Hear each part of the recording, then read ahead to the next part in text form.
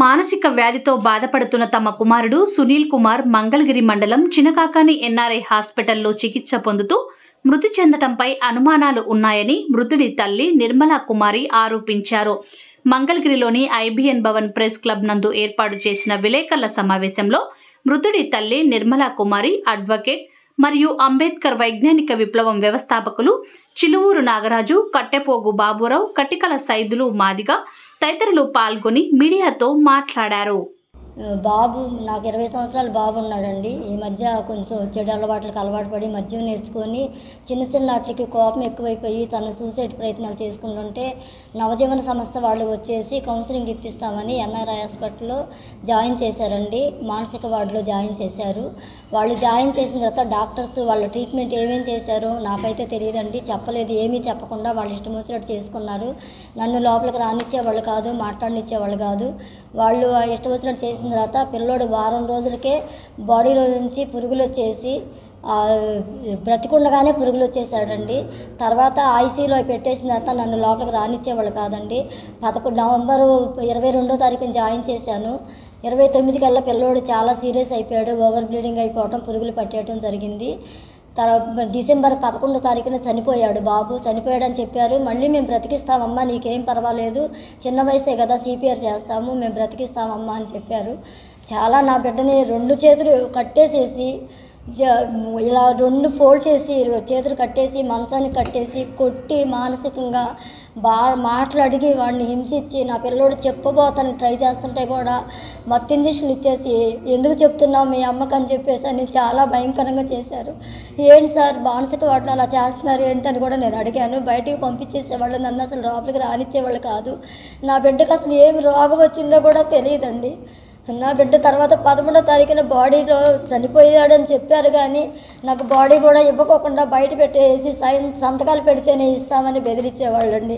మరి అంత ఇదిగా ఎందుకు నా బిడ్డ మీద ప్రయోగాలు చేశారో నాకు అర్థం కాలేదు. మళ్ళీ వాళ్ళు డాక్టర్లా, రాక్షసులా నాకు ఏం అర్థం కాదు. నా బాబుని ఇదిగోండి స్థితిలో ఉంటే వెళ్ళిన తర్వాత ఇదిగో చూడండి కాళ్ళు ఎలా కుళ్ళిపోయాయో చూడండి, నా పిల్లోడికి ఎలాగైపోయాయో. ఇలా ఎంతమందిని చేస్తున్నారు డాక్టర్లు నా బాబుని. నవజీవన వాళ్ళని అడిగితే వాళ్ళు మాకు తెలియదు అన్నారు. డాక్టర్లు ఎవరికని చెప్తే మేము ఊరుకోమన్నారు. నా బాబుని నన్ను బెదిరించేశారు. నువ్వు వెళ్తావా బయటికి, నువ్వు కూడా వెళ్ళిస్తావా లేదా అని బెదిరించేశారండి నన్ను. మరి మమ్మల్ని ఇలా బెదిరించుకొని పిల్లల్ని ఈ రకంగా, మరి నాకైతే బాడీ మీద అనుమానంగా ఉందండి. ఏమన్నా బాడీలో అవయవాలు తీసేశారా? పోస్ట్ మార్టం చేయకుండా ఇచ్చారు పిల్లోండి. పోస్ట్ మార్టం చేయమని రీపోస్ట్ మార్టం చేయమంటున్నాను. దీని నిమిత్తం నేను 4 నెలల బట్టి నేను వెళ్ళని ప్రయత్నాలు లేవండి. పోలీసులతో ఆశ్రయించాను, కలెక్టర్లు ఆశ్రయించాను, మళ్ళీ నేను స్పందనలు ఆశ్రయించాను. అన్ని చోట్లకెళ్ళా ఎవరు కూడా నన్ను పట్టించుకోలేదండి.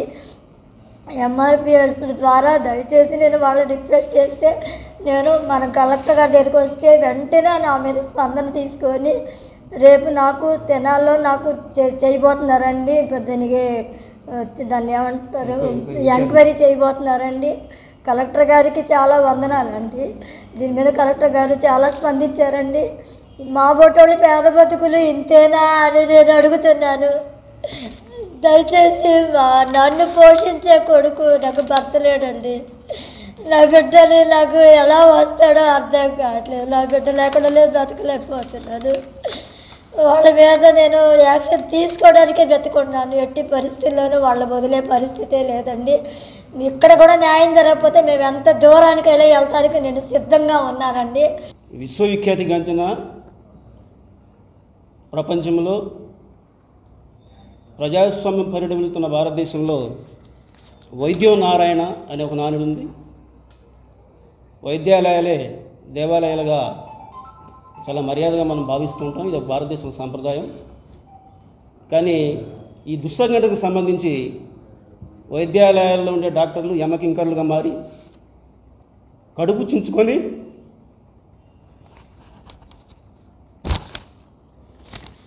పేగు తెంచుకొని కన్న కొడుకు హాస్పిటల్లో చేరితే బాగుపడతాడే అని చెప్పి తల్లి భావించింది. ఒకసారి వేరే మనం గమనిస్తే ఆంధ్ర రాష్ట్రంలో మంచి పేరు ప్రతిష్టలు ఉన్న ఎన్ఆర్ఐ హాస్పిటల్లో బాబు కొంచెం మెంటల్గా డిజార్డర్ ఉన్నారని చెప్పేసి తల్లి హాస్పిటల్కి చేర్పిస్తే బాగుపడదని భావించింది ఒక స్వచ్ఛంద సంస్థ ద్వారా. హాస్పిటల్లో జాయిన్ చేసిన తర్వాత 20 days ట్రీట్మెంట్ తర్వాత పిల్లవాడు చనిపోయాడు. ఈ తల్లికి కడుపు కోత మిగిల్చాడు. తల్లి ఆరోపణ చేస్తుంది ఏంటంటే డాక్టర్లు సరైన వైద్యం ఇవ్వలేదు, వైద్యం వికటించింది, చేతికొచ్చిన కొడుకు కాటికి వెళ్ళిపోయాడు. దీనిపైన అనేకమైన ఆరోపణలు వస్తూ ఉంది. చనిపోయి ఇప్పుడు 4.5 months అవుతుంది. ఒంటరిగా పోరాటం చేస్తూ ఉంది తల్లి. దానికి మేమేదో కొంచెం దళిత సంఘాల తరపున కొంచెం చేయూత అందిస్తూ ఉన్నాం. ఈ పోరాట ఫలితంగా రీసెంట్గా స్పందనలో గుంటూరు కలెక్టర్ను కలవడంతో కలెక్టరు మానవతా హృదయంతో స్పందించి ఈ తల్లి యొక్క ఆవేదనను మన్నించి ఆ బిడ్డ యొక్క మరణం పైన మెజిస్ట్రేట్ విచారణ చేయవలసిందిగా తెనాలి సబ్ కలెక్టర్ని హెడ్గా పెడుతూ జిల్లా medical and health officer, district coordinator hospital service Guntur, psychiatrist head government medical college Guntur ఈ నలుగురితో ఒక కాన్స్టిట్యూషనల్ బాడీని ఏర్పాటు చేయడం జరిగింది. ఈ బాడీ దాని ఎంక్వైరీ కోర్సులో భాగంగా రేపటి నుంచి విచారణ ప్రారంభమవుతోంది తెనాలిలో. దళిత సంఘాల తరఫున మరియు అంబేద్కర్ వైజ్ఞానికుల తరఫున మేము ప్రభుత్వాన్ని డిమాండ్ చేస్తున్నాం. నిజాయితీగా ట్రాన్స్పరెంట్గా విచారణ చేయమంటా ఉన్నాం. ఎవరైతే డాక్టర్లు బాధ్యతారహితంగా ప్రవర్తించారో, ఒక నిండు ప్రాణాన్ని బలిగొన్నారో, నిజానిజాలు నిగ్గు తేలిన తర్వాత డాక్టర్లు తప్పు చేశారని చెప్పి ఎంక్వైరీ బయటకు వచ్చిన పక్షంలో డాక్టర్లు కఠినంగా శిక్షించాలి. ఒక ఎస్సీ కుటుంబానికి సంబంధించిన పేద మహిళ భర్త దిగ్గోలేదు, ఏమిటి పోషించే కొడుకు కూడా కాటికి పైన వెళ్ళిపోయాడు. ప్రభుత్వం స్పందించాలి. ఈ కుటుంబానికి ఫైనాన్షియల్ కూడా సపోర్ట్ చేయమని మేము హెల్ప్ చేయమని ప్రభుత్వాన్ని మేము డిమాండ్ చేస్తున్నాం.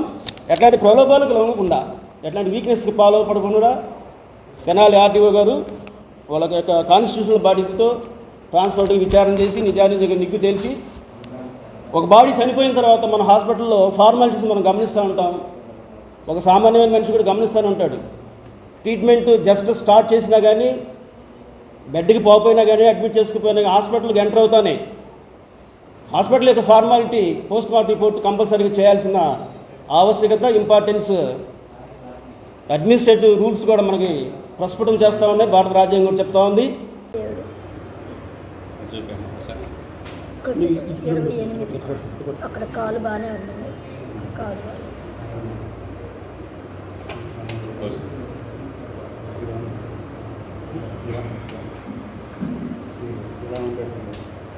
కళ్ళకు కూడా దిగుతుంది. ఫోటో అవి తీసాము.